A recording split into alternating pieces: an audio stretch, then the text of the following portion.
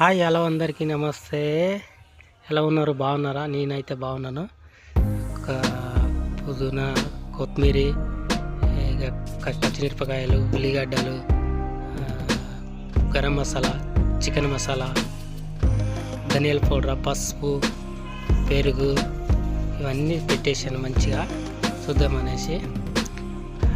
నేను చేసిన ట్రై మస్తు అవుతుంది ఎప్పటికైనా, కానీ చాలా చాలా బాగుంటుంది. చికెన్, రైస్, నెయ్యి, చికెన్ కడిగి పెట్టాను బాగా, రైస్ కూడా నానబెట్టాను బాగా, అల్లం నూరుకొని దాని తర్వాత ఉప్పు వేసుకొని, ఉప్పు నాకు సరిపడంత ఉప్పు వేసుకుంటాను. మీకు ఎంత కావాలో అంత వేసుకోండి. నేను కేజీ చికెన్కి 2 స్పూన్ వేసాను. గరం మసాలా వేస్తున్నాను.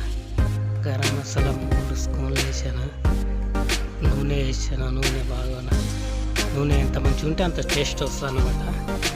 నూనె 5 చెంచాలు వేసాను. దాంట్లో చాలా చాలా బాగా నచ్చింది. ఎందుకంటే ఇప్పుడు ఫస్ట్ టైం చేస్తున్నాను కదా, ఎలా వస్తుందో చూసుకోవాలి, అందుకే చేస్తున్నాను అన్నమాట. కారం 2 స్పూన్లు వేస్తాను. కారం 2 స్పూన్లు, పసుపు, చికెన్ మసాలా,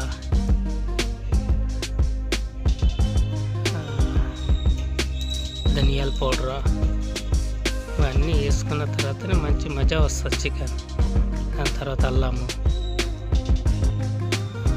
వేసి, పెరుగు వేసి నానబెడతాను. ఒక 1/2 అవర్ నానాలి బాగా, ఎందుకంటే పట్టేస్తుంది చికెన్ అనేది. అప్పుడు మంచిగా ఉంటుంది. మనం పెట్టుకున్న వేరే అన్ని కట్ చేసుకునేసరికి చికెన్ అయితే బాగా నానిపోతుంది. దాని గురించి అది కలుపుతున్నాను బాగా. పొయ్యి మీద పెట్టేసాను. పొయ్యి మీద పెట్టి కలుపుతుంటే దాని మజానే నోరు, ఆహా ఏమి రుచి, తినవేమై మరిచి అన్నట్టుగా ఉంటుంది. తినాలి. తిన్న తర్వాత చూస్తాను దీని టేస్ట్ ఎలా ఉంటుంది. అన్నీ కలిపి పెట్టుకున్నాను కదా. Rice, bagara rice super super అనిపిస్తుంది. మా వాడు చూస్తుండే ఎదురు మంచిగా చికెన్ వేసాను.